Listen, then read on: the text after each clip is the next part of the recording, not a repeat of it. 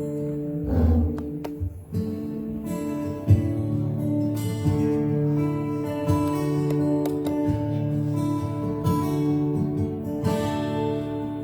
daughter of Zion, oh, Abraham's sons, hear the words of your father, hear his promise of love. I will make you a blessing, count the stars if you can. You'll be a great nation. I will give you this land. I will bring you back home, bring you back home, home like children. You will no longer roam, lost and alone in the night. There is nothing on earth that could take you away. Once I got you under my wings, I will bring you all back home again. Do you wander like strangers to the end of the earth? I will send you a Savior. I will finish my work. You have no other shepherd. You have no other Lord. Green pastures are waiting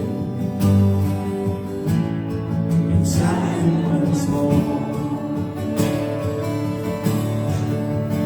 I will bring you back home. I'll bring you back home, oh my children. You will no longer roam, lost and alone in the night.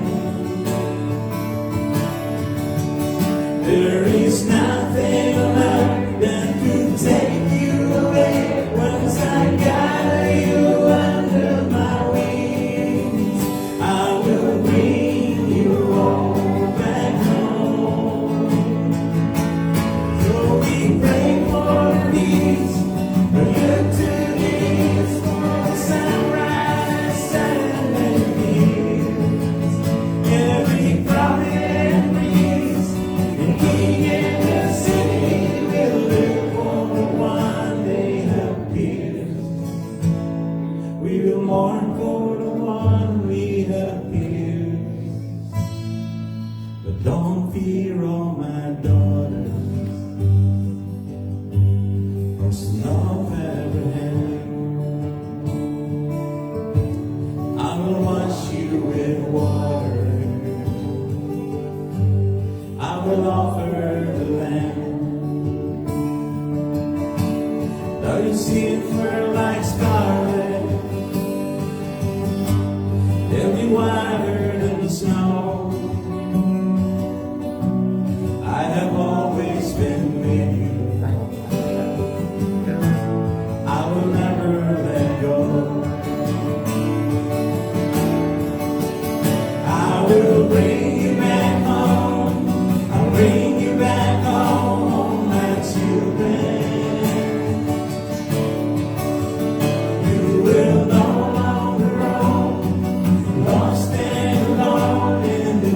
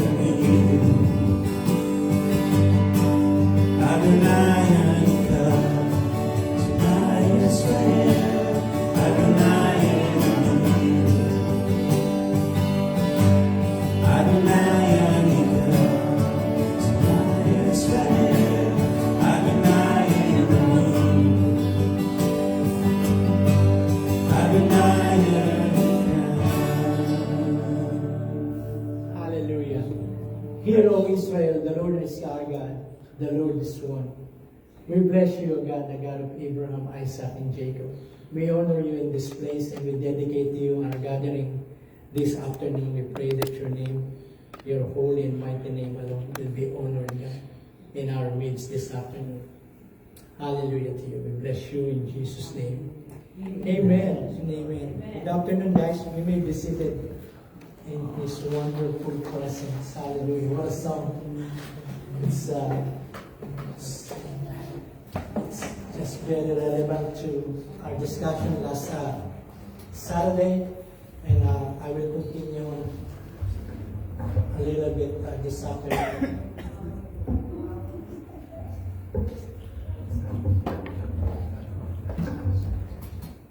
So good afternoon, guys. We'd like to welcome all our friends online.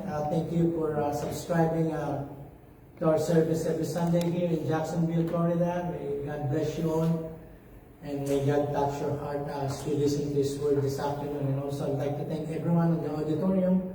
Thanks a lot for coming out, and we welcome Ate Loida. She's Christopher's mom. So welcome po, welcome.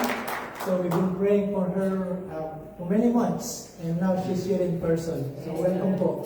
So amen. So I gave you an assignment. If you read it,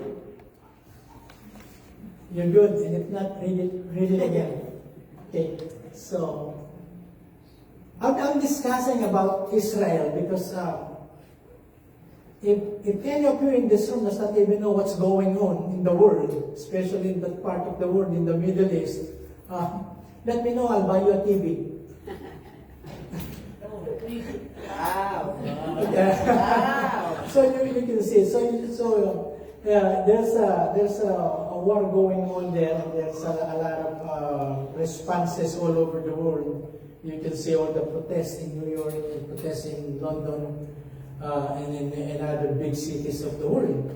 So it's just good for us Christians to know what the Bible says about what is going on, about Israel, and the plan of God that is always hinged, nakakabit po to this small nation we call Israel.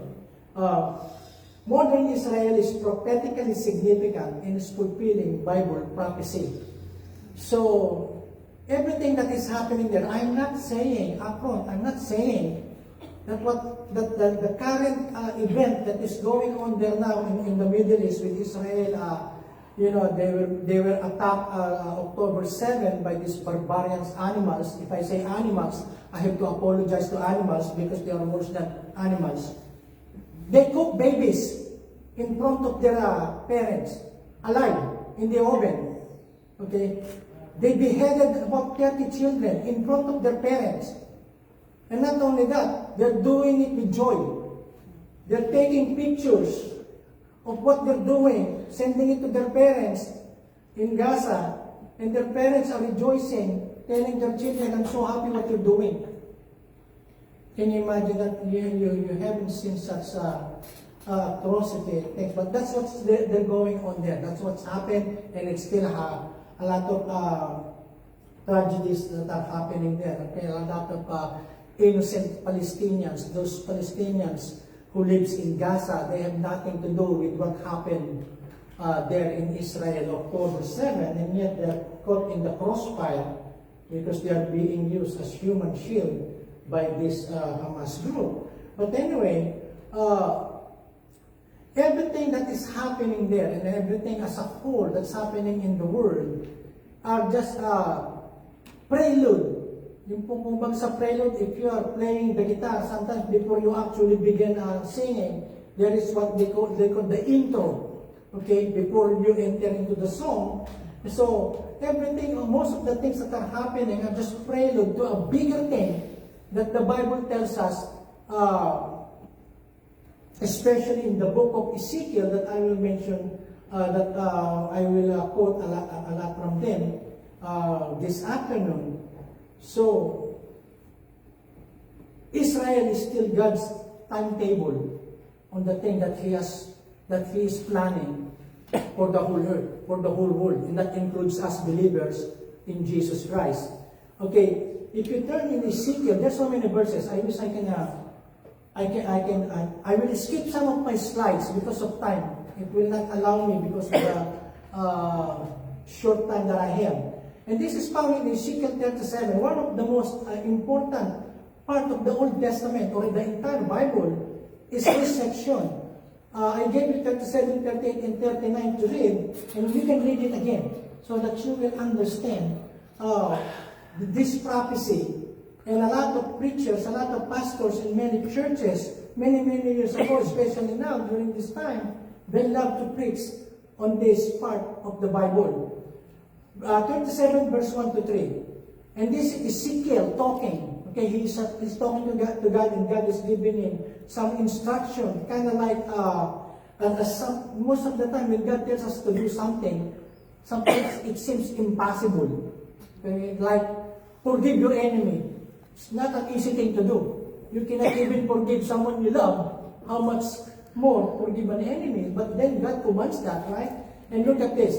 The hand of the Lord came upon me and brought me out in the Spirit of the Lord. In the Spirit of the Lord means that he was in a vision. He is seeing things given to him by God about the future. Okay, so it says, he brought me out in the Spirit of the Lord and set me down in the midst of the valley, and it was full of bones. Then he caused me to pass by them all around, and behold, there were very many in the open valley, and indeed they were very dry. And he said to me, God said to me, Son of man, can these bones live? These are dry bones. They have been dead for so long, they are already dry. Okay? So he said God asked him a question, and he answered by another question. And he said to me, Son of man, can these bones live? So I answered, Lord God, you know, he cannot, Ezekiel cannot know. Who can make living beings out of dead, dry bones that are scattered there? Okay, so that's what Ezekiel is saying, Lord, you know. So there is that, you can do anything, God. You can do everything. That's what he is saying. There's nothing impossible to you. And then go on to verse 11. Here, God himself revealed to us and tells us what and who those bones are. Then God said to me, Son of man, these bones are the whole house or the whole nation of Israel. They indeed say, our bones are dry, our hope is lost, and we ourselves are cut off. These bones do not symbolize dead people. Okay, some people, they spiritualize it. They say that in the church, there are so many who are spiritually dead, like dead bones, and God is what? Is doing something to make them alive. Okay, so it's not that. Here in this verse, God is telling us who those bones are. So these bones do not symbolize dead people, they symbolize a dead nation. The nation died in 586 BC.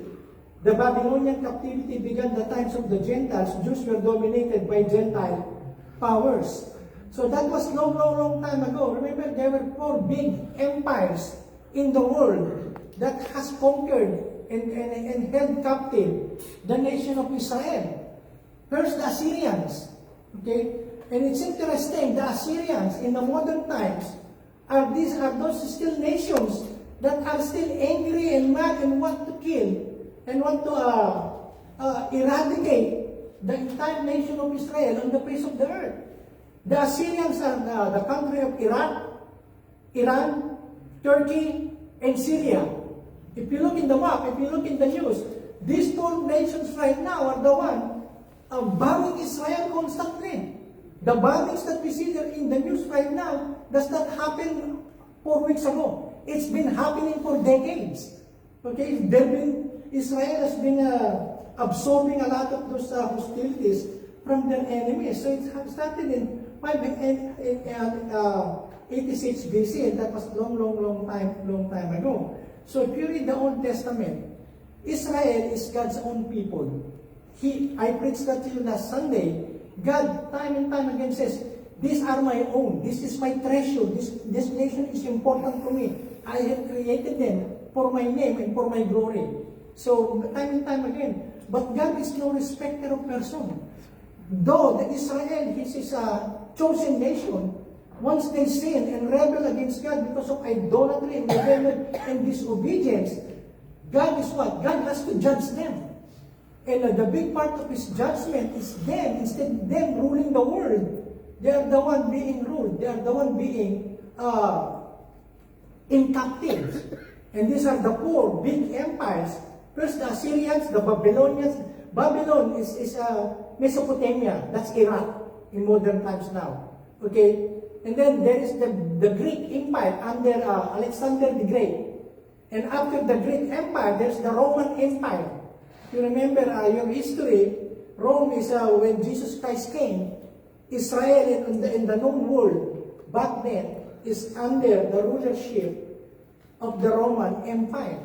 The Julius Caesar, Nero, and all of those evil emperors of Rome that we read in history. And you will find them, Quirinius, Augustus, Pilate, and these are all Roman officials back in during Jesus' time or the early, during the gospel time. But anyway, I'm just giving you some kind of explanation on why Israel, God's people went through a lot of those, captivity back then and now. They still want to be conquered by a lot of nations, and the world is not only to be conquered, but to kill every one of them. When they say from Jordan to the sea, from the river to the sea, one congresswoman was censured because he uttered that so many times. When you hear that term, from the sea to the river, meaning from the river Jordan to the Mediterranean Sea, what that means, what that phrase means, let us kill all Jew. Kill all of them, not even leaving one. Okay, so that's what it means. So, in verse 14, look at this. This is the prophecy that's been fulfilled in 1948.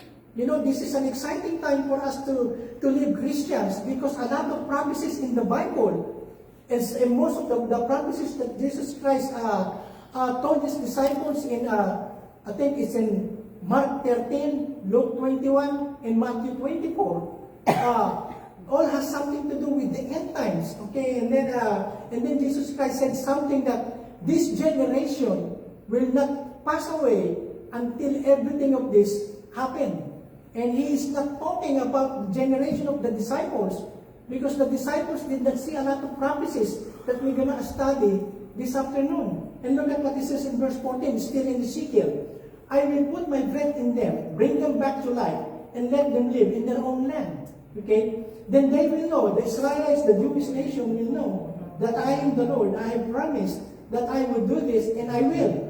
I, the Lord, have spoken. So God is putting like His signature. It's not a republic. I said it, it will happen. That's why I mentioned to you last Sunday. Right now, Israel is fighting on almost all sides. Okay? The Gaza Strip is on their east. Okay? And that's where the Hamas lives. On the north is Lebanon.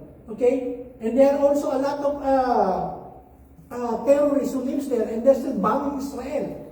And then on the west is what they call the West Bank, which also a lot of jihadists, a lot of Hamas are still there, and they're still bombing Israel right now in three sides. And not only that, there is Yemen, a little bit farther south, that are also firing rockets on Israel. Can you imagine? This is the tiny land. Jacksonville is bigger than Israel. The land area. This is big. Can you imagine on all sides? You want to live on the south side. They're going to bomb you there on the 103rd, there in University Boulevard, and somewhere here in Orange Park. And you can just imagine on how Israelis live. In probably a few decades now, they're being bombed. And right now, it's worse. So, but God said, that you will know that I have promised you that I will gather you to the nation, and then I will bless you, and then I will bless those who bless you and curse those who curse you. So just in Ezekiel 37, we will see there are three big events that are happening. First, there will be a resurrected nation. Can you imagine? Israel has been around for 4,000 years. The nation is only 75 years because it was only in May 14, 1948 that the world recognized them as a nation. But prior to that, they are scattered in almost every nation of the world. So you can name it. That's why the Bible said, I will gather you from the east, from the west, from the north, from the south, saying that whichever direction the earth has, there are Jewish people, and He will gather them. Okay? So there will be a resurrection of the nation, and then there will be a revival spiritually. You know, right now, Israel right now, they are not 100% believers of Jesus Christ. In fact, there are a lot, it's an irony, and it's hard to believe, that there are some Israelis, Jewish people, that are agnostic and atheists. Okay? They in their blood, they are Jewish, but they don't believe the God of the Bible. Okay? But in spite of that, the promise of God is what? It's never broken. Okay? He did not say, once you come back to me, once all Israel has been born again, which I will discuss later on this talk. But God is doing something. Right now, they are not all born again. They are not, you heard the term Messianic Jew. The Messianic Jew are the Jewish people who believes in Jesus Christ as the Savior. But the Orthodox Jews, okay, they don't believe in the New Testament. They don't believe that the Messiah, Jesus Christ, has already come. They don't believe in the 22nd, in the New Testament. They believe in the Torah, okay, the Old Testament, the 39 books, especially the 5 books of Moses. But they're not. God will be working on their salvation. That is still to happen in the future. We do not know the time. Isn't that interesting? Okay, when COVID, the pandemic hits, two years ago, a lot of Christians, to them it's a wake-up call. This is it. Can you imagine? It killed what? It killed millions and millions of people all over the world. And here in the United States, never we have experienced churches being closed because they don't want the pandemic or the bacteria to spread in so many people and kill a lot of people. But then, my friends, a lot of my friends, pastor friends in the Philippines, they've been contacting me through Facebook and texting me and says, Pastor Ed, what is your opinion or what does the Bible tell us about this pandemic? That's why a lot of them, they don't believe in vaccination. Hello? And I've been telling them, I've been vaccinated since I was in grade 1. You remember the bakuna coming from UNICEF or the WHO, World Health Organization? And it's mandatory. And then when pandemic happens, is it the mark of the beast? That because they said you cannot enter the mall, you cannot enter into this facility without the vaccine card. Okay, and they don't like it. Because to them, the vaccine is the 666. And where is it now? You see? So, but those happen. The pandemic happens. It isn't just a shadow of the bigger things that is going to happen in this world. That's just a drop in the bucket. Sabi nga nila, patak lang yan sa dagat. There is a pandemic that is still coming that is recorded in Revelation chapter 6. Okay, that is in chapter 13 is where you find the 666. It says that pandemic will kill 1/4 of the earth's population. Right now, as I speak, there are 8 billion people on the earth. 8 billion. India, Indonesia, and China, as we know, they have billion population. So 8 billion. How many million did COVID-19 kill? Probably, let's put it in about 10 million. Okay? 10 million or less.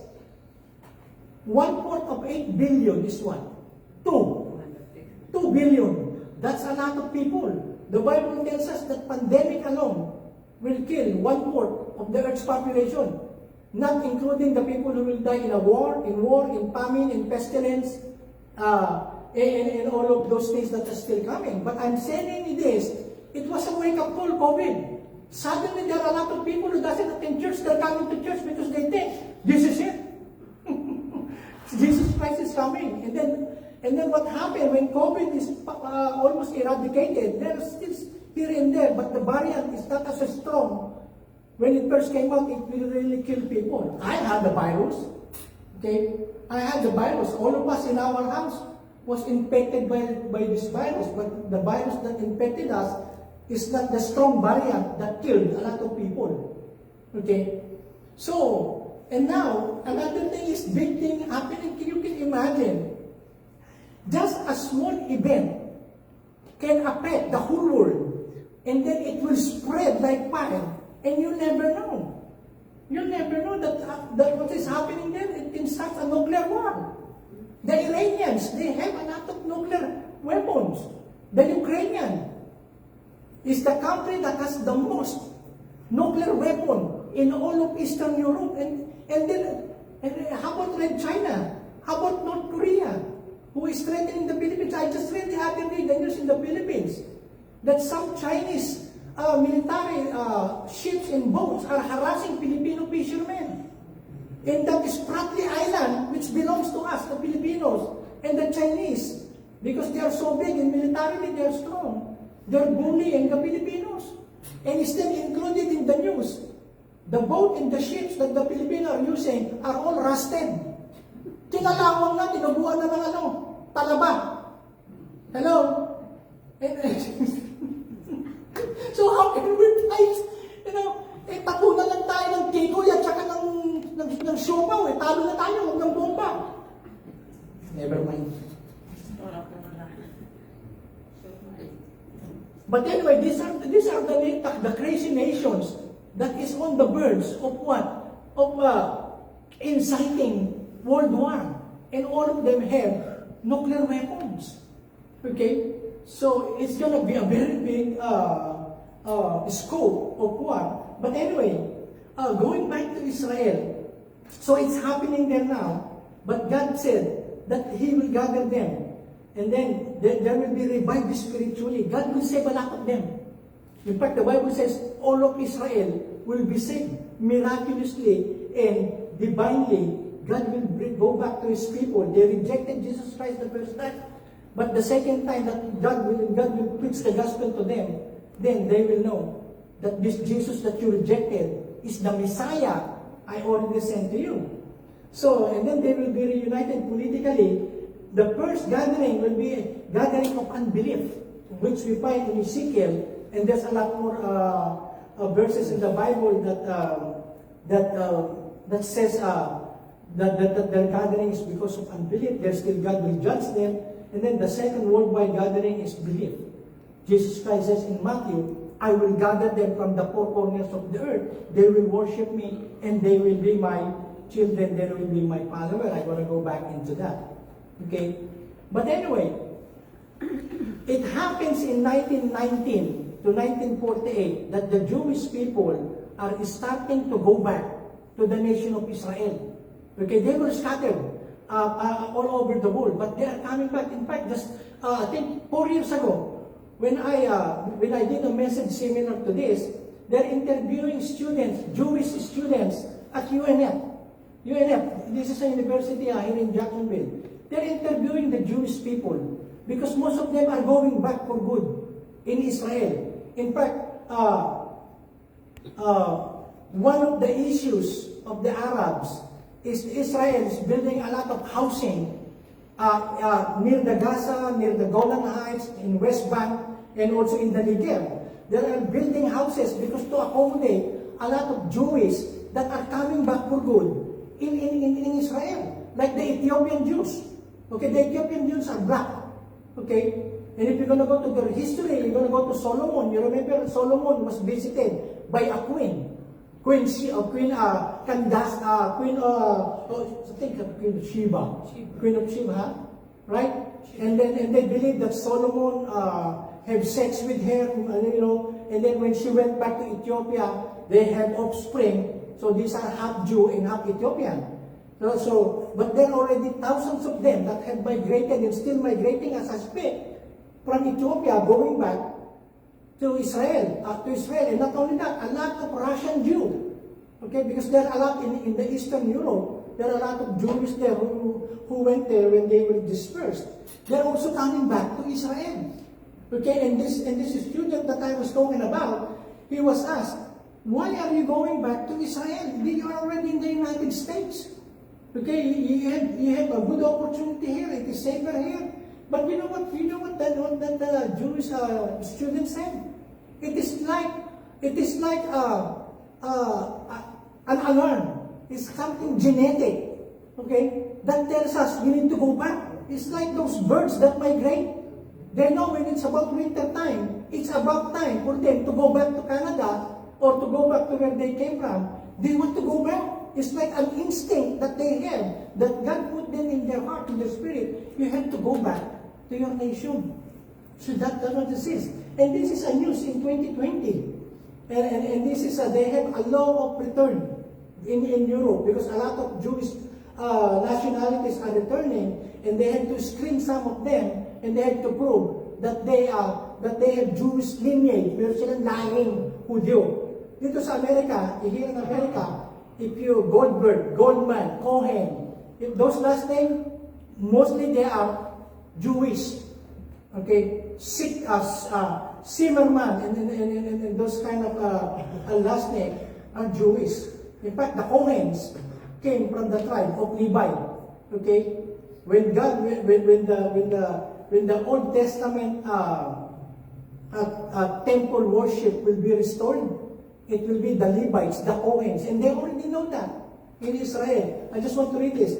A warm welcome for some. Israel embraces immigration of Jewish diaspora. Diaspora means the spreading out. Ano po? Sharply restricts labor migrants and asylum seekers. Some are taking advantage of it. They're coming back to Israel. Okay, and they're still coming. So it's so interesting. If you are comparing the current events, the one that we see or hear in the news, and then you look into the Bible, it matches. Okay? Just don't listen to the fake news. Hello? There are a lot of the main media that are fake. Okay? They are not honest journalism. They just want to spread their ideology. It's not the news. I'm not going to that. But you have my phone number. You can call me tonight after the football games. Look at in 11:19. I will give them a new heart. This is now the spiritual, and it's not happening yet because God will save His people. Look at what it says in Ezekiel. I will give them a new heart and a new mind, and I will take away their stubborn heart of stone, and I will give them an obedient heart. This will be a revival when finally Israel will receive the message of the gospel and Jesus Christ, the Messiah. Okay? And then God says, also in Ezekiel, I will do this. And then in Jeremiah, look at this in Jeremiah. The new covenant that I will make with the people of Israel will be this. I will put my law within them and write it on their hearts. I will be their God, and they will be my people. This is what Jesus Christ is talking about when He was talking to Nicodemus about being born again. How can an old person be born again for the second time? Will he go back to his mommy's womb and then be born again? Jesus Christ is not talking about the natural birth. He's talking about the born-again experience, the spiritual birth, through the agency of the Holy Spirit. And this is it. That's why Jesus Christ told Nicodemus, you are the teacher of Israel. You teach the Bible. You're a scholar. As far as the Bible is concerned, you do not know these things. And this is it. This is the born-again experience. God will change the heart of people, of His people Israel. And then let's go now to 36. I will give you a new heart and a new mind. I will take away your stubborn heart of stone. You know, if there is a nation that is so stubborn and hard-headed, it's the Jewish people. You will read that in the Bible. Can you imagine God delivered them from Egypt? And they saw all the miracles, all the plagues, and how God sent plagues after plague and then drowned the Israel. As soon as they crossed the Red Sea, which got open, there is no nation who has experienced that. God has to dry up a part of the Red Sea so that they can cross on dry land. And then as soon as they cross the river, they began to complain about Moses. Moses, where is the watermelon and cantaloupe? Where are the garlic and the onions that we have in Egypt? So you see, just right after, so they're stubborn. You know the second nation who are stubborn? Many of them are here and watching. Filipinos. Hello? Nakalagay, bawal umihi dito. Doon sa baba ang panghi. Hello? Bawal magtapon ng basura. Sa baba doon ng basura. No loading and unloading. When you're riding the jeepney in the bus, it says no loading and unloading. And guess what? The people who are passengers, they want to ride where it says it is not proper to ride. Not only that, the drivers, they already have seen the sign. No loading and unloading. Okay? And that's where they pick up the passengers. And not the worst is what? The police. The police is standing in the corner, waiting for them to violate that law. And then they just, come here, where's your license? And you just give them 10 pesos and you can go. Do it again when you come back. Hello, Filipinos. That's why Filipinos are wondering. I mean, I told you when I went back there one time. In America, you see ducks crossing. Ducks, baby. Wak, wak, wak, wak, wak. When they are crossing the street, you have to stop. It doesn't matter if it's 1 a.m. in the morning, 3 a.m. in the morning, there is no police. You know, in the Philippines, you know, passengers and pedestrians, it is at your own risk. The driver will not slow down. Okay? I'm just telling you that because I love Filipinos. I am 100% Filipino. Okay? And I know some of you some said, Pastor, you look handsome. I find that. Verse 26.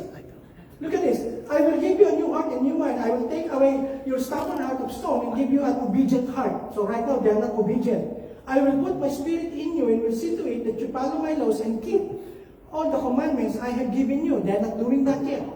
Then you will live in the land. There you go now. Then you will live in the land I gave your ancestors. You will be my people. I will be your God. So God is not changing as far as His love and concern about Israel hasn't changed. He does not tolerate their stubbornness, but His covenant is forever. As far as God is concerned, I will always remember my covenant with Abraham, with Isaac, with Jacob, and with David. Okay? And then it went on. As surely as I, the sovereign Lord, so there is again the signature. And the living God, I warn you that in my anger I will rule over you with a strong hand, with all my power. I will show you my power and my anger when I gather you together and bring you back from all the countries where you have been scattered. I will bring you to the desert of the nations. That's it, used to be a desert. And then I will condemn you to your face. So there will be judgment. Okay? That's still coming. That the nation of Israel has faced before and still has to face in the coming time, in the future. So 36, I will not condemn you just as I condemned your ancestors in the Sinai desert, says the sovereign Lord. I will take firm control of you and make you obey my covenant. I will take away from you those who are rebellious and sinful. I will take them out of the lands where they are living now, but I will not let them return to the land of Israel. Then you will know that I am the Lord.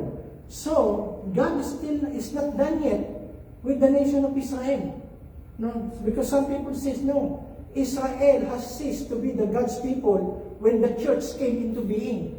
They said that the church now is the spiritual Jew, and God has no more concern about the national of the nation of Israel and the people of Israel, but that is wrong. And look at in Matthew. Soon after the trouble, so look at this. Jesus Christ is talking about the great tribulation. Okay? So look at the description of verse 29. There will be a commotion in the cosmos. Planets, stars, they will all lose their axis and they will hit each other.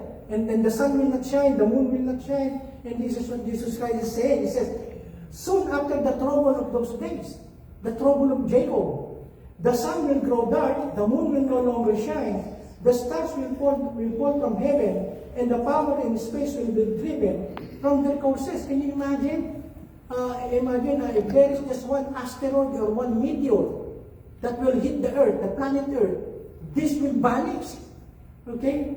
And that is about to happen. Look at verse 30. Then the sign of the Son of Man will appear in the sky. It's talking about the second coming, not the rapture. Okay, the second coming. And all the peoples of earth will weep as they see the Son of Man coming on the clouds of heaven with power and great joy. Now, during the time of the disciples, they had no idea how will that happen.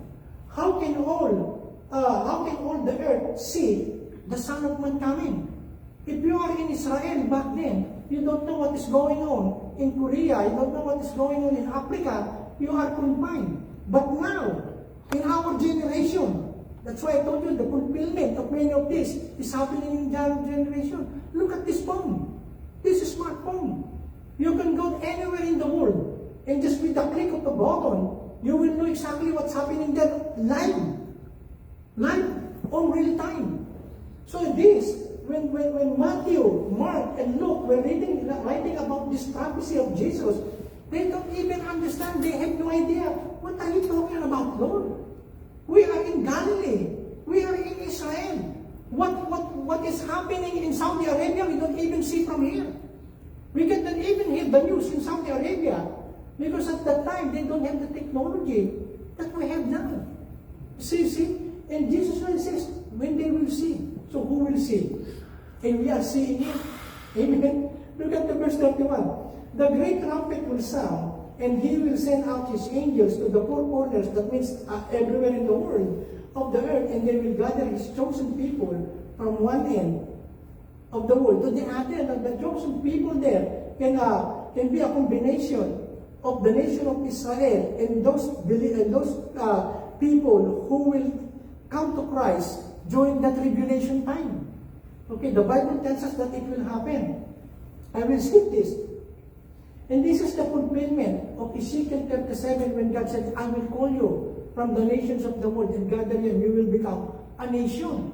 And look at that, 1948. Just how many years ago is that? From our time, 2023. Okay? It happened almost in our lifetime. I know I'm looking at you. Not one of you is born 1948. Okay? I will not tell you the year I was born. But 1948, it was only that year, that day, it was Sunday, May 14 at that time, that the state of Israel was recognized by the United States, by United Kingdom, to be in their own state, in their own nation, and their first prime minister who spoke in that occasion is Ben-Gurion. Okay, their first prime minister. And it's interesting. Okay, in 1869, are you still there? Amen. Okay, I'm just giving you history because the Bible is almost 75% history. Prophecy is history, past and present and future. Look at in 1869. You have heard about Mark Twain? So Mark Twain is not even a born-again Christian, but Mark Twain, that is not his real name. That is his pen name. He is known as the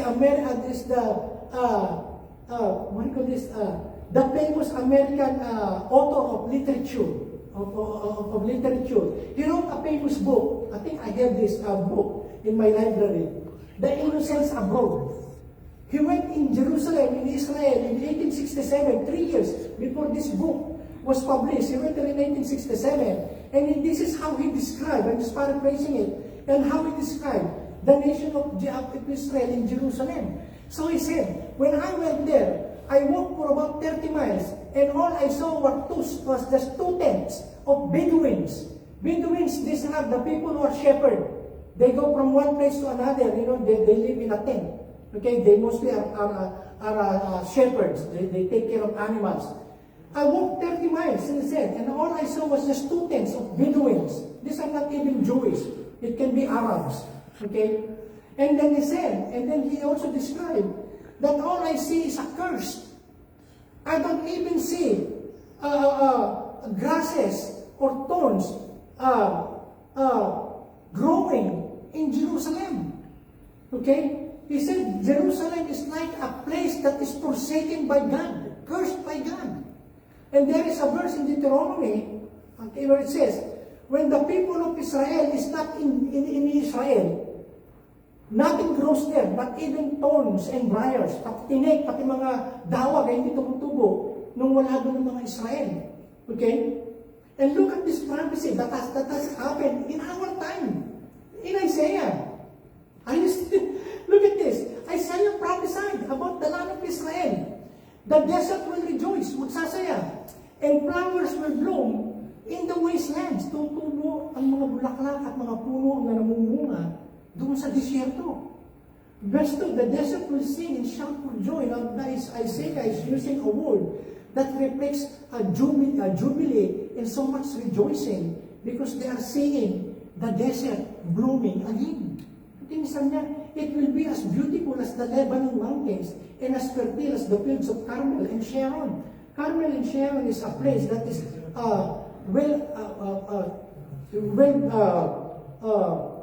what do you call this? Their vegetation and their agriculture is very rich. Everyone will see the Lord's splendor, see His greatness and power. This is now Israel. Can you imagine? This is now Israel. And most of the fields of roses and tulips and those other plants and those trees, this used to be deserts. It was only in 1964. In 1964, just recently, Israel was 84% desert.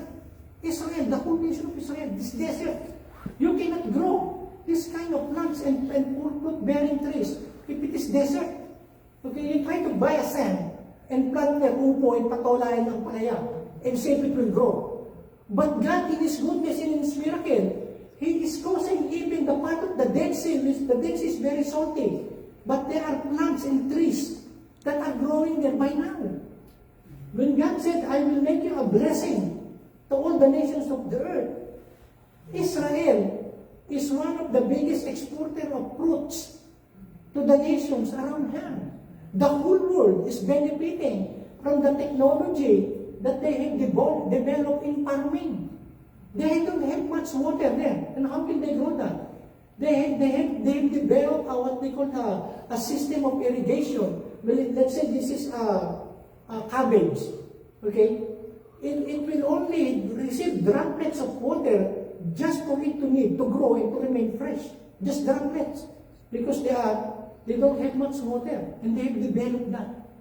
See, the promise of God in our time is being fulfilled. Because when they came to the land of Israel in 1919 and up past 1948, they planted thousands and thousands of trees.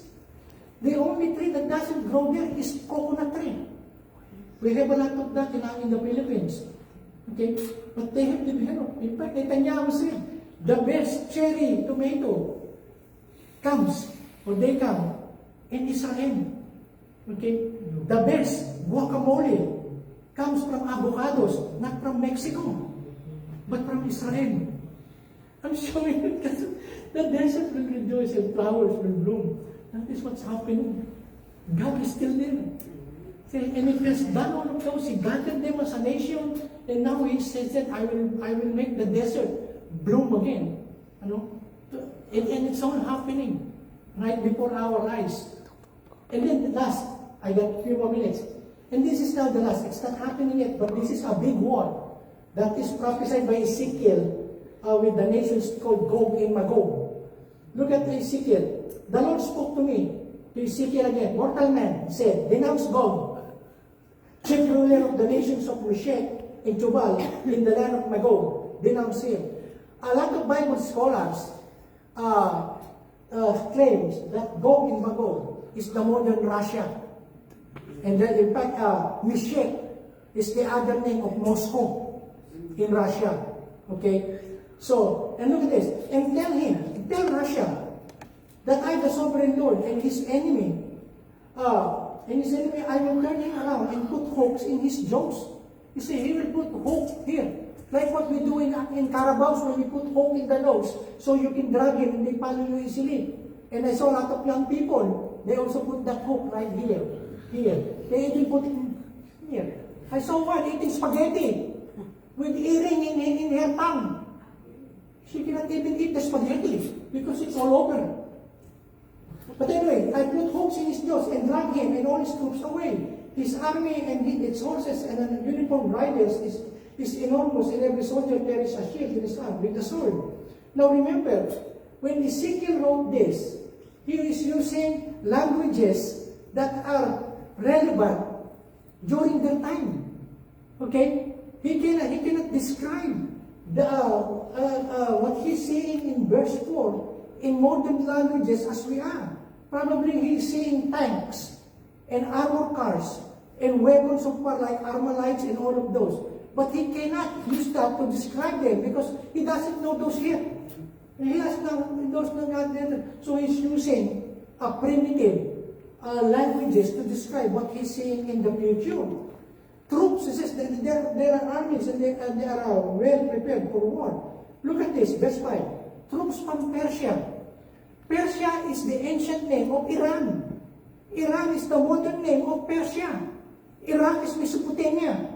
Okay? So, Iran.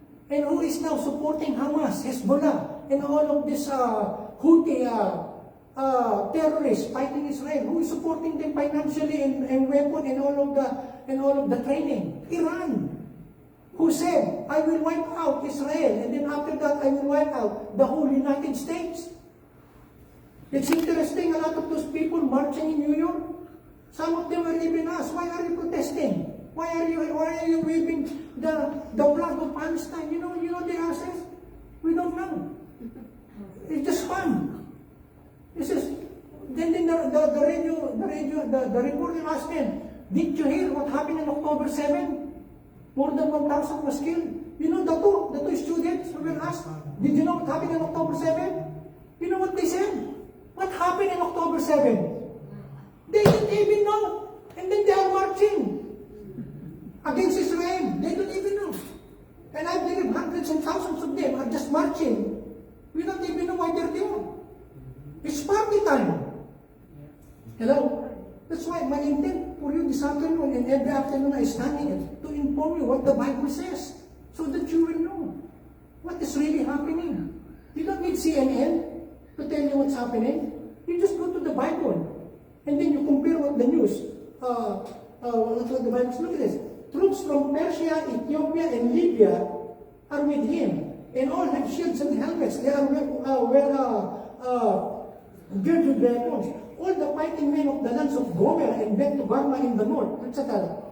He gave us a direction, the north, okay, are with him, and so are the men. So that what he is saying, what Ezekiel saw, that there will be a big conglomeration of nations, meaning many nations will come together to fight Israel, okay, and the winds and put hooks in his jaw. It is Persia and Iran who will convince Putin or Russia, whoever will be the leader of Russia at the time. It will be Iran who will be pulling Russia to join him to invade Israel. That's what it means, put hooks in his jaw. Okay? And many other nations. So this is what the sovereign Lord says to God. When the time comes, you will start thinking up an evil plan. Look at 11.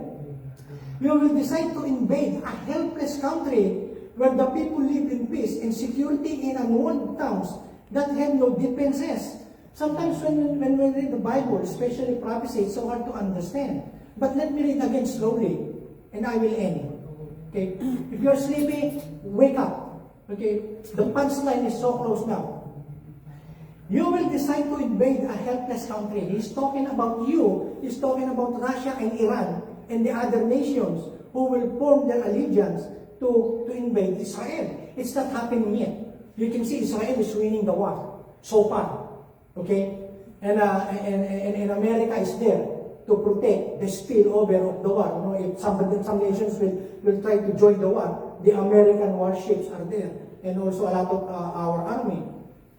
But going back, you will decide to invade a helpless country. That the helpless country is talking about Israel, where the people live in peace and security in unwalled towns. So right now, the people of Israel is not living in peace. It's very obvious they are not living in peace. Okay? They are not. Even those Jewish people living outside Israel, they are not living in peace. They are constantly being threatened by these crazy protesters who are siding with people that they don't even know how bad they are. So he says unwalled towns.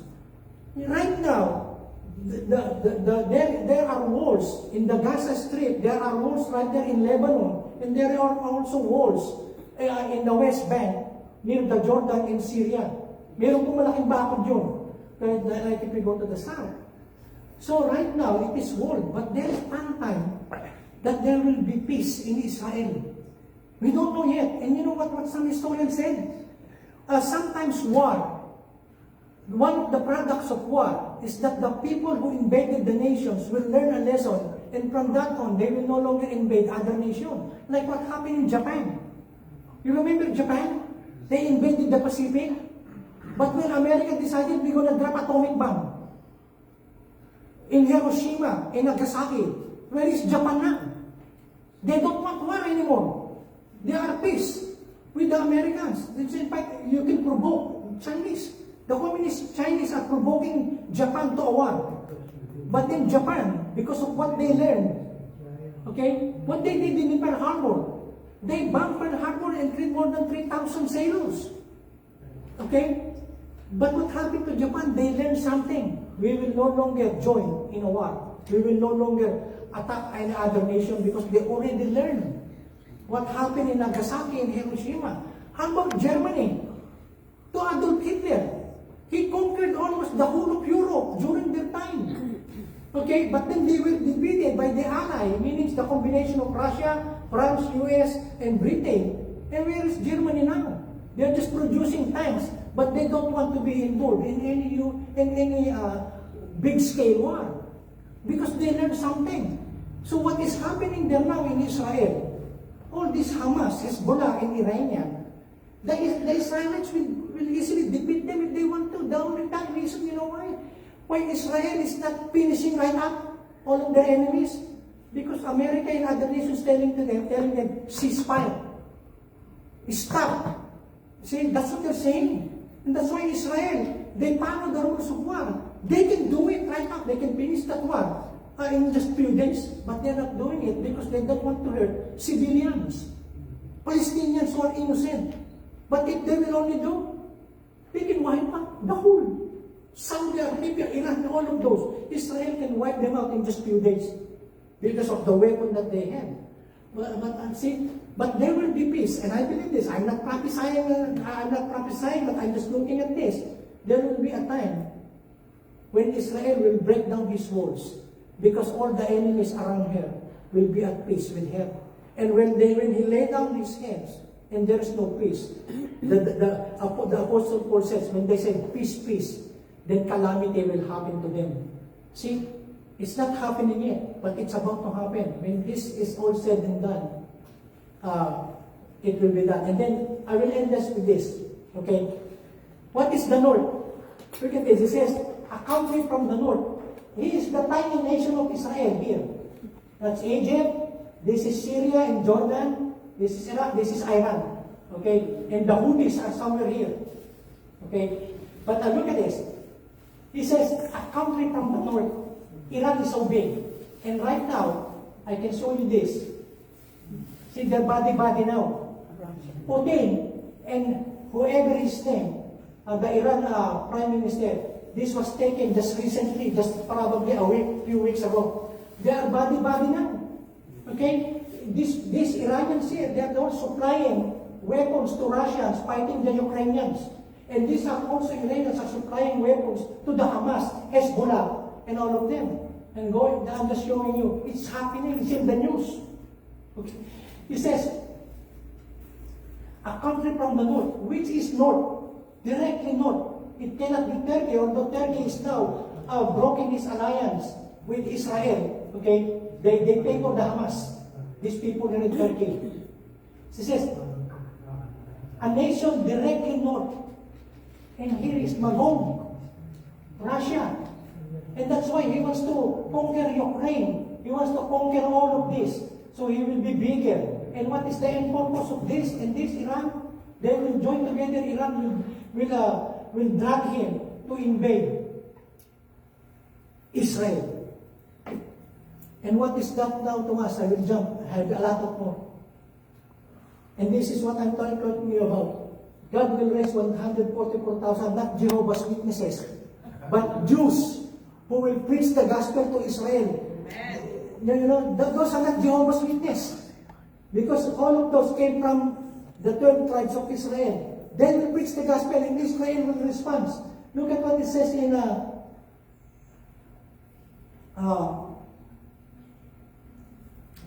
there you go. Look at this promise. And this is how all Israel will be saved. See? They will be preached. Jesus Christ will be preached to them if they will believe now our message to them. But God will raise 144,000 Jewish people to witness to them. They cannot say no. This will be their own people. And then, what? I will jump. Look at what Jesus Christ says. Heaven and earth will pass away, but my words will by no means pass away. You count on it. You count it. But Jesus Christ said, when God said it is, it is. It will happen. It's just a matter of time. So, this generation, whose generation? Our generation, not the disciples. And then in 2 Peter, look at it says, the Lord is not slack, He's not slow concerning His promise, as some count slackness, but is slow suffering toward us, not willing that any should perish, but that all should come to repentance. There's still a lot of people who comes to church who are not really born again. They are just coming. Okay, their heart is not changed by the gospel. So God is good. They're waiting for them to repent. And look at what it says. Watch out. Verse 24. Watch out then. Because you do not know what day the Lord you will come. What do you mean by watch out? Look at your life. Examine your life. Which is more important to you? Okay? Which is more important to you? Sunday or golf? Church or golf? And things like that. 58. Look at this. Look at verse 58. Now that we know that God is fulfilling a lot of these prophecies in our times, He said, so then, after I've told you about the rapture, about the second coming, my dear friends, calling Christians, stand firm. Don't give up. Don't give up. There are a lot of problems in life. Okay? In our life, sometimes your children are not the way you want them to grow up, or they are not following you or obeying you. You know, they're messed up. But be patient. You continue on. He says, stand firm and steady. Keep busy always in your work for the Lord. Keep busy always. Be involved. Be a part of the church and what God is doing, praying, and everything that we're doing in the Lord. This is for us. Amen. Amen. So there is no time to slack. No time to slack. Okay. Make God your priority. If you have 10 lists of priority, make God the number 1, number 2, number 3, number 4, and make the number 11 your other priority. But your first top 10 should be God. Amen, Kai? Good deal. Lord, we thank you. We bless you for your word. We thank you, God, that you're not done yet with Israel. We lift to you Israel right now, God. We pray for your protection upon every Jewish citizen inside Israel. We pray that you protect them. Every soldier that is in the harm's way, Lord, we pray for your covering upon them, and we pray for their enemies. You expose them, you blind them, you weaken them. And God, we pray that you just confuse them. And all those Palestinians who are innocent, Lord, that are still trapped, we pray for your protection be upon them also. So God, bless your people, remember your people, and also God, your people, your family here in our group, and those watching me online, your blessing and your touch be upon them. In Jesus' name, amen.